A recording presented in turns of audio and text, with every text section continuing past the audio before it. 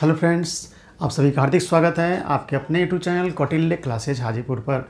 भारतीय संविधान में कुल 22 भाग हैं मूल रूप से, और उप भाग को मिला देंगे तो कुल 25 है इनकी संख्या। और प्रत्येक भाग में भारतीय राज्य व्यवस्था से संबंधित कुछ न कुछ प्रावधान किए गए हैं। वर्तमान में 18वीं लोकसभा का चुनाव संपन्न हुआ है, जिसके परिणाम भी आ चुके हैं। तो अभी के संदर्भ में निर्वाचन से संबंधित प्रावधान को जानना बहुत ही महत्वपूर्ण हो चला है। और भारतीय संविधान के भाग 15 में निर्वाचन से संबंधित प्रावधान किए गए हैं अनुच्छेद 324 से 329 के अंतर्गत। और हमने पिछले वीडियोज़ में इससे परिचयात्मक, साथ में अनुच्छेद 324 जिसमें निर्वाचन आयोग का प्रावधान किया गया है उसे हमने देख लिया है। अनुच्छेद 324 में निर्वाचन आयोग के गठन का प्रावधान है, और निर्वाचन आयोग के बारे में जो भी प्रावधान है वह अनुच्छेद 324 का 1, 2, 3, 4, 5, 6 में है, जिसे हमने देख लिया है। तो आज की वीडियो में हम देखने वाले हैं अनुच्छेद 325 और 326, जो काफ़ी महत्वपूर्ण होने वाले हैं। चलिए हम लोग शुरू करते हैं। भाग 15 निर्वाचन, अनुच्छेद 324 से 329। अब तक हमने परिचय जाना। अनुच्छेद 324 में जो निर्वाचन आयोग का प्रावधान किया गया है उसके महत्वपूर्ण बिंदुओं को हमने 1, 2, 3, 4, 5, 6 में देखा। और अब हम चलते हैं अनुच्छेद 325 देखने के लिए। देखिए अनुच्छेद 325 क्या कहता है। धर्म, मूल वंश, जाति या लिंग के आधार पर किसी व्यक्ति का निर्वाचक नामावली में सम्मिलित किए जाने के लिए अपात्र न होना और उसके द्वारा किसी विशेष निर्वाचक नामावली में सम्मिलित किए जाने का दावा न किया जाना। इसका मतलब समझिए, आप सभी जानते हैं कि निर्वाचन आयोग का काम है निर्वाचन यानी चुनाव कार्य करना। चुनाव कार्य करना आप सभी जानते हैं कि अनुच्छेद 324 का 1 में देखा होगा कि भारत का निर्वाचन आयोग जो है वो लोकसभा, राज्यों के विधानसभा, राज्यसभा, विधान परिषद और राष्ट्रपति, उपराष्ट्रपति का चुनाव संपन्न कराती है। आप जानते होंगे जैसे लोकसभा, राज्यसभा, विधानसभा, विधान परिषद, राष्ट्रपति और उपराष्ट्रपति का चुनाव कराने का कार्य भारत का निर्वाचन आयोग का है। तो इसमें आप देखें, लोकसभा का चुनाव प्रत्यक्ष रूप से होता है, राज्यसभा का अप्रत्यक्ष रूप से होता है। ठीक उसी तरह विधानसभा का चुनाव प्रत्यक्ष रूप से होता है, और विधान परिषद के सदस्यों का चुनाव अप्रत्यक्ष रूप से होता है। राष्ट्रपति और उपराष्ट्रपति का चुनाव अप्रत्यक्ष रूप से होता है।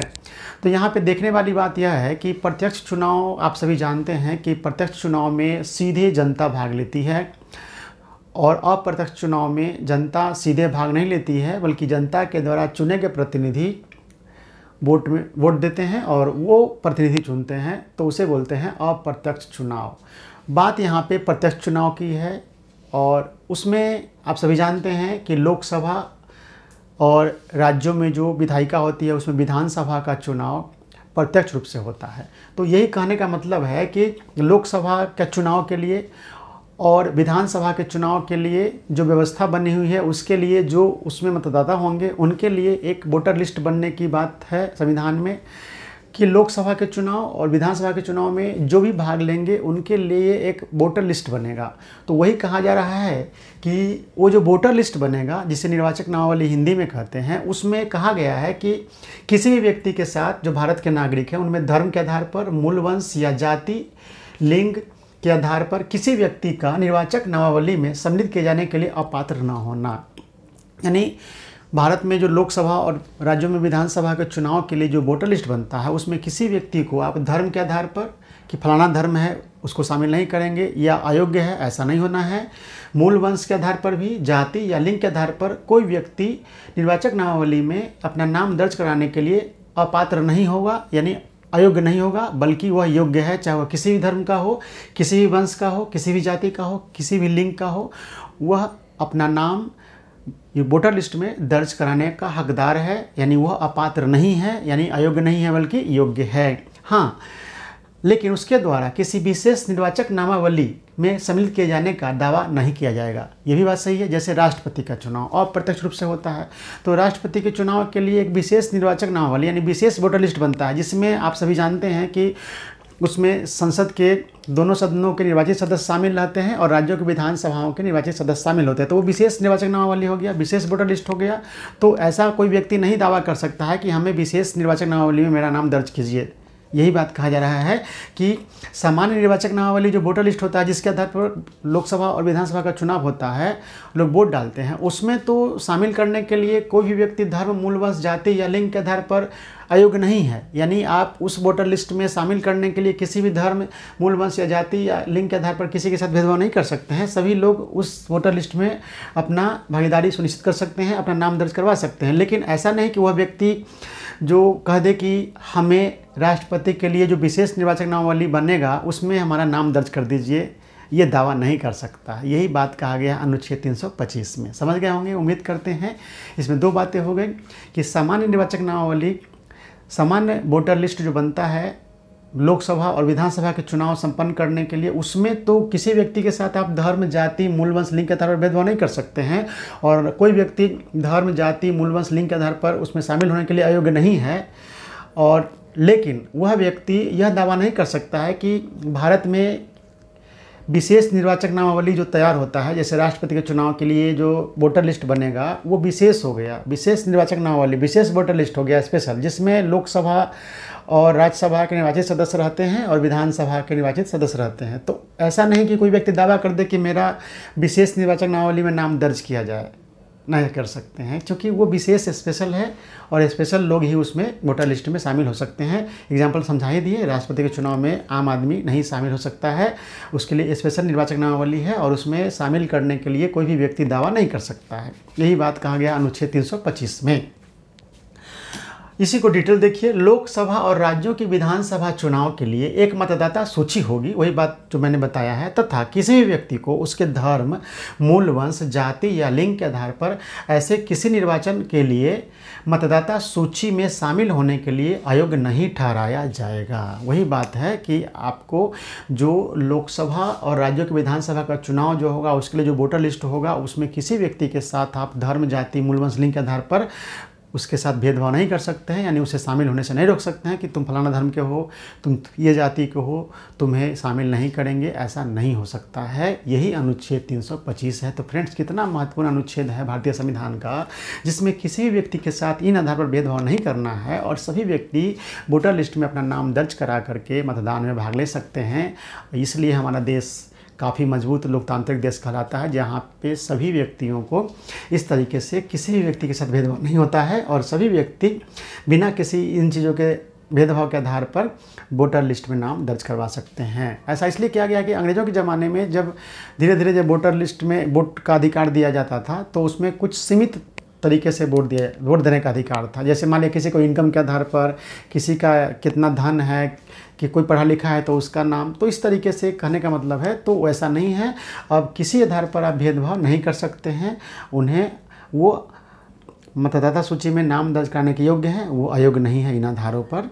हाँ, लेकिन विशेष निर्वाचक नामावली में नाम दर्ज नहीं करवा सकते हैं। वो समझें, आप समझ गए कि विशेष निर्वाचक नामावली क्या होता है। राष्ट्रपति के चुनाव के लिए या राज्यसभा के सदस्यों के चुनाव के लिए या उपराष्ट्रपति के चुनाव के लिए जो वोटर लिस्ट बनता है उसे विशेष निर्वाचक नामावली कहते हैं, जिसमें आम आदमी नहीं होते हैं, उसमें कोई ना कोई प्रतिनिधि होते हैं। तो उसमें शामिल कराने के लिए दावा नहीं कर सकता है आम आदमी। तो यह अनुच्छेद 325 है। अब देखते हैं अनुच्छेद 326। तो फ्रेंड्स, लोकसभा और राज्यों की विधानसभाओं के लिए निर्वाचनों का वयस्क मताधिकार के आधार पर होना है। अब देखिए क्या कहता है अनुच्छेद 326। कह रहा है कि भारत में जो लोकसभा और राज्यों की विधानसभा का चुनाव होगा वह किस आधार पर होगा, तो वयस्क मताधिकार के आधार पर होना होगा। वयस्क मताधिकार का मतलब होता है कि जो भी व्यक्ति, एक एज फिक्स किया जाएगा और उस एज को पार करेंगे तभी वो वोट दे सकते हैं, ताकि वो जब एक उम्र को पैमाना मान लिया जाएगा, जैसे भारत में अभी 18 वर्ष का न्यूनतम उम्र है वोट देने का, तो 18 वर्ष इसलिए बनाया गया है कि 18 वर्ष तक होते होते कोई भी व्यक्ति जो नागरिक है भारत का, वो चीज़ों को समझने लगते हैं और वो परिपक्व हो जाते हैं मतदान करने के लिए। तो यही कहा जाता है कि लोकसभा और राज्यों की विधानसभाओं के लिए, यानी लोकसभा और राज्यों की विधानसभा जो होंगे चुनाव, उसमें जो निर्वाचन होंगे उस किस आधार पर होंगे, तो वयस्क मताधिकार के आधार पर होंगे। अनुच्छेद 326 में यह प्रावधान किया गया है कि लोकसभा तथा राज्य विधानसभाओं के सदस्यों का चुनाव सार्वभौम वयस्क मताधिकार के आधार पर होगा। सार्वभौम वयस्क मताधिकार क्या है वो जानते हैं, यानी किसी कोई भी भेदभाव नहीं किया जाएगा भारत के लोगों के साथ, और सभी लोगों को एक उम्र को वो पार कर जाएंगे, उम्र तक पहुंच जाएंगे तो उन्हें मतदान करने का अधिकार प्राप्त हो जाएगा। ऐसा इसलिए कहा गया है कि अंग्रेज़ों के ज़माने में सीमित मताधिकार दिया जाता था।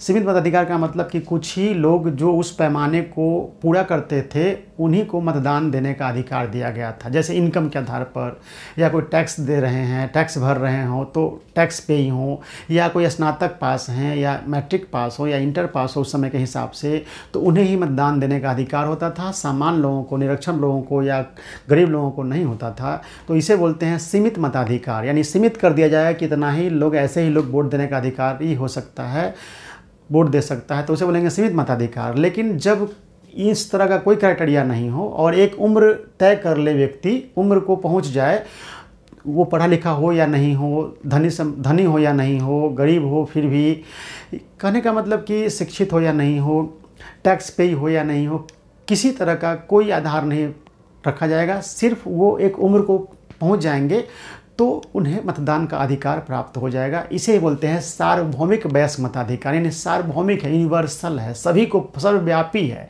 सभी व्यक्ति को मतदान करने का अधिकार प्राप्त हो जाएगा अगर वो उम्र को प्राप्त कर लेंगे। जैसे भारत में कोई भी व्यक्ति हो, गरीब हो, अमीर हो, टैक्स पे नहीं कर रहा हो, कर रहा हो, शिक्षित हो, अशिक्षित हो, हर व्यक्ति को जो 18 वर्ष को प्राप्त कर लेता है वह वयस्क मताधिकार के अंतर्गत वोट देने का अधिकारी हो जाता है।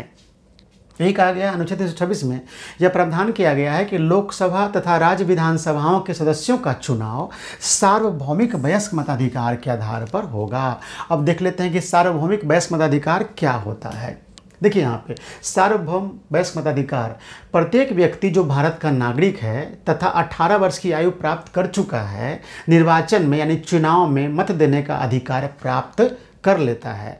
निर्वाचक नामावली में मतदाता के रूप में पंजीकृत होने का वो हकदार हो जाएगा। जैसे ही 18 वर्ष का उम्र पूरा कर लेगा व्यक्ति, चाहे वो, मैंने बताया कि गरीब हो, अमीर हो, शिक्षित हो, अशिक्षित हो, कोई भी व्यक्ति हो, किसी भी जाति का हो, किसी भी रंग का हो, किसी भी धर्म का हो, सभी को 18 वर्ष की आयु प्राप्त करते ही वो मत देने का अधिकार प्राप्त कर लेगा। इस तरह से किसी भी तरह से भेदभाव नहीं किया जाएगा, क्राइटेरिया सेट नहीं किया जाएगा कि आप पढ़े लिखे होंगे तभी वोट देने का अधिकार है या धनी हो। तो यही, इसी को बोलते हैं सार्वभौम वयस्क मताधिकार, यानी यूनिवर्सल वोटिंग राइट्स है। भारत में सार्वभौम वयस्क मताधिकार दिया गया है, सभी को मतदान का अधिकार है। हाँ, नोट में यहाँ पे है, बशर्ते वह संविधान के किसी उपबंधों या विधायिका द्वारा निर्मित किसी विधि के अधीन अनिवास, चित्त विकृति, अपराध अथवा भ्रष्ट आचरण के आधार पर मताधिकार के लिए अयोग्य घोषित न किया गया हो। मतलब ये नहीं कि आप 18 वर्ष के पूरा कर लेंगे तो मिल ही जाएगा।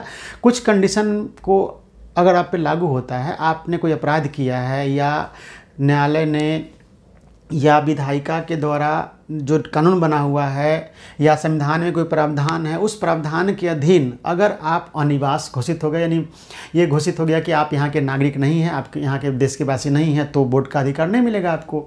या चित्त विकृति है, या किसी सक्षम न्यायालय के द्वारा यह घोषित किया गया है कि आप चित्त विकृति, मतलब होता है, उसको साधारण भाषा में बोल सकते हैं, उनको हम मतलब कि मैड बोल सकते हैं, पागल व्यक्ति बोल सकते हैं। चूँकि उनको कोई सोच नहीं होता है, दिमाग काम नहीं करता है, तो उन्हें आप मतदान का अधिकार कैसे दे सकते हैं। तो चित्त विकृति का मतलब, चित्त मतलब क्या होता है, चित्त यानी मन, दिमाग जो है विकृत हो चुका है, बिगड़ चुका है, उन पर नियंत्रण नहीं है, तो वैसे व्यक्ति को आप मतदान का अधिकार नहीं दे। या अपराध घोषित कर दिया है, अपराधी हो चुका है, अथवा भ्रष्ट आचरण के आधार पर मताधिकार के लिए अयोग्य घोषित न किया गया हो, तभी आप इस क्राइटेरिया को फुलफिल करते हैं। यानी कि आप पर किसी तरह का कोई अपराध का आचरण नहीं है, अनिवासी का वो नहीं लगा आरोप कि आप देश के निवासी नहीं हैं, तो चित्त विकृति है तो भी नहीं मिलेगा मतदान का अधिकार। मतलब ये चीज़ है, फिर से समझ लीजिए, बशर्ते वह संविधान के किसी उपबंधों या विधायिका द्वारा निर्मित किसी विधि के अधीन अनिवास, चित्त विकृति, अपराध अथवा भ्रष्ट आचरण के आधार पर मताधिकार के लिए अयोग्य घोषित नहीं किया गया हो। ठीक है ना, संविधान के किसी प्रावधान के तहत आप इस सब चीज़ के आधार पर घोषित हो जाएंगे, चित्त विकृति या निवास या भ्रष्ट आचरण में पाए जाएंगे, अपराध घोषित हो जाएंगे, अपराधी हो जाएंगे साबित, तब मतदान का अधिकार उस समय आपको नहीं मिलेगा। तो ये स्थिति है आपको अनुच्छेद 326 में। सार्वभौम वयस्क मताधिकार का मतलब हुआ कि आपको मतदान का अधिकार तो मिलेगा, लेकिन ऐसा नहीं कि आप चित्त विकृति होंगे, अनिवासी होंगे तो मिल जाएगा, नहीं, ये चीज़ नहीं होना चाहिए, तभी मिलेगा अधिकार। तो 99% तो सिंपल आदमी होते हैं, कोई अपराध नहीं करते हैं, ना ही वो चित्त विकृति होते हैं, अच्छे व्यक्ति होते हैं, तो नॉर्मली सभी को मतदान का अधिकार मिल जाता है। लेकिन कंडीशन तो है, तो समझना पड़ेगा कि भाई इस तरह से आप किसी भी कानून के अधीन अनिवासी घोषित नहीं हो गए हैं, चित्त विकृति घोषित नहीं हो गए हैं, अपराधी घोषित नहीं है, भ्रष्ट आचरण के आधार पर आपको अयोग्य तो नहीं ठहराया गया है। अगर इस तरह से ठहराया गया हो तो मतदान का अधिकार आपको नहीं मिलेगा, वंचित किया जा सकता है। प्रारंभ में अब यहाँ देखना है, चूँकि सार्वभौम वयस्क मताधिकार है वर्तमान में, यानी जैसे ही कोई भी व्यक्ति, कोई भी जाति का हो, धर्म का हो, रूप लिंग का हो, पढ़ा लिखा हो या नहीं हो, कोई भी व्यक्ति का हो, अगर वो 18 वर्ष पूरा कर लिया है वर्तमान में, तो उसे मतदान का अधिकार मिल जाता है। इसे ही कहते हैं सार्वभौमिक वयस्क मताधिकार। आपने पढ़ा, अभी जाना आपने कि यूनिवर्सल वोटिंग राइट्स भारत में है। तो ये थोड़ा जान लीजिए, यहाँ पे क्वेश्चन पूछता है यहाँ पे कि प्रारंभ में जब संविधान हमारा लागू हुआ था 1950 में, उस समय सार्वभौमिक वयस्क मताधिकार के अंतर्गत न्यूनतम आयु जो थी वो 21 वर्ष निर्धारित थी। कितनी थी? 21 वर्ष जब होते थे व्यक्ति को, तभी वो वोट देने का अधिकारी होता था, हकदार होता था। लेकिन 61वें संविधान संशोधन 1989 के द्वारा मतदान के लिए न्यूनतम आयु जो है 21 वर्ष से घटाकर 18 वर्ष कर दी गई है। तो अभी कोई पूछे आपसे कि सार्वभौमिक वयस्क मताधिकार के आधार पर मतदान करने के लिए कितना न्यूनतम आयु है, तो 18 वर्ष है। लेकिन कोई पूछ दे आपसे कि पहले कितना वर्ष था संविधान लागू होने के बाद, तो 21 वर्ष थी। और फिर पूछेगा कि बताओ कैवें संविधान संशोधन के द्वारा मतदान करने की जो न्यूनतम आयु है वो 21 वर्ष से घटाकर 18 वर्ष कर दी गई है। तो अब बताइएगा कि 61वें संविधान संशोधन 1989 के द्वारा मतदान के लिए न्यूनतम आयु जो सार्वभौमिक वयस्क मताधिकार के अंतर्गत रखा गया है वो 21 वर्ष से घटाकर 18 वर्ष कर दिया गया था। तो इस तरीके से वर्तमान में भारत में सार्वभौमिक वयस्क मताधिकार का अधिकार लोगों को प्राप्त है।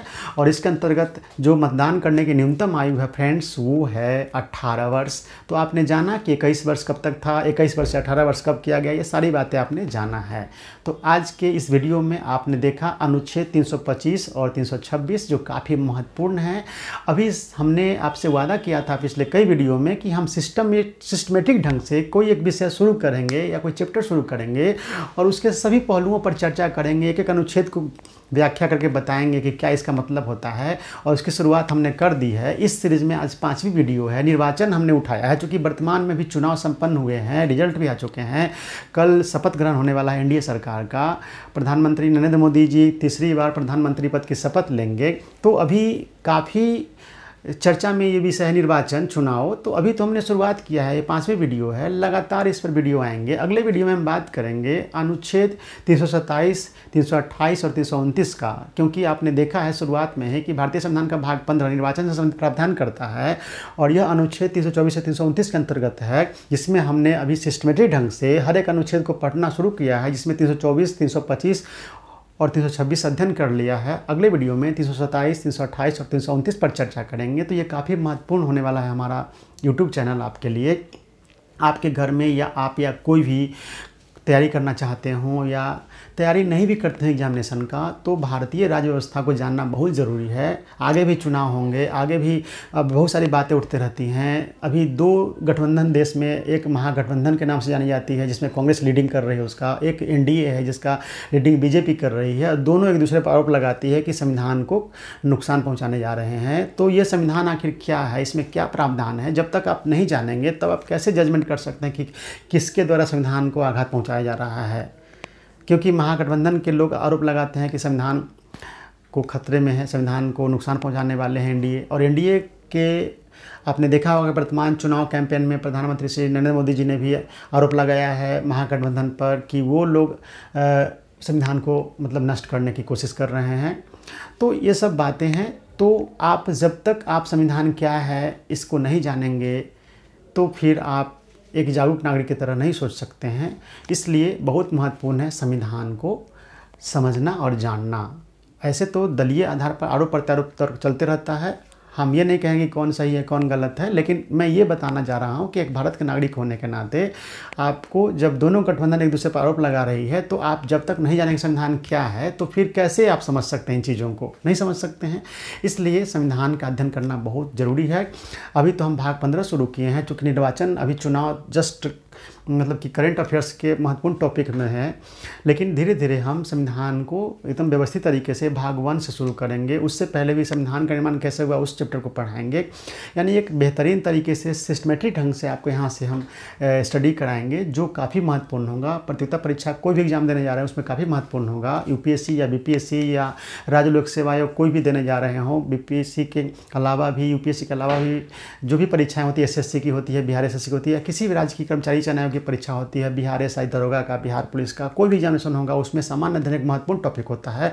और उसमें भी खास करके भारतीय संविधान राज्य व्यवस्था के क्वेश्चन काफ़ी महत्वपूर्ण होते हैं, जो अच्छे से अगर समझ रखते हैं तो वो 100% क्वेश्चन इस विषय का बना लेते हैं, उनका रिजल्ट सुनिश्चित हो जाता है फ्रेंड्स। तो चलिए आज भर इतना ही, और मिलते हैं अगले वीडियो में। अगर हमारा प्रयास आपको अच्छा लगता है तो इस वीडियो को लाइक कर दें, और जिन लोगों ने चैनल सब्सक्राइब नहीं किया है वो सब्सक्राइब कर दें। बहुत बहुत धन्यवाद। मिलते हैं नेक्स्ट वीडियो में। बहुत बहुत धन्यवाद आप सभी का।